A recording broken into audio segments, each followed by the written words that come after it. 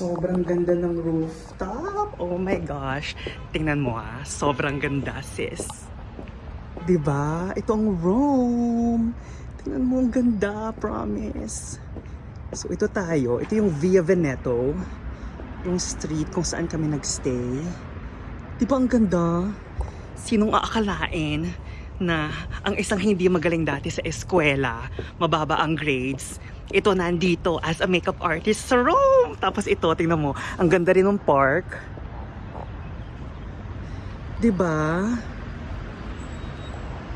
Hindi ko nilagyan ng speaker para talagang marinig nyo yung background dito sa Rome. Tapos ito yung background dito sa taas. Bongga, walang tao. Solo natin, 'di ba? Tapos ito, tingnan natin dito sa kabila. 'Di ba? Praise God for everything. Ganyan kaganda ang creation ni Lord, 'di ba? Just like sa buhay natin.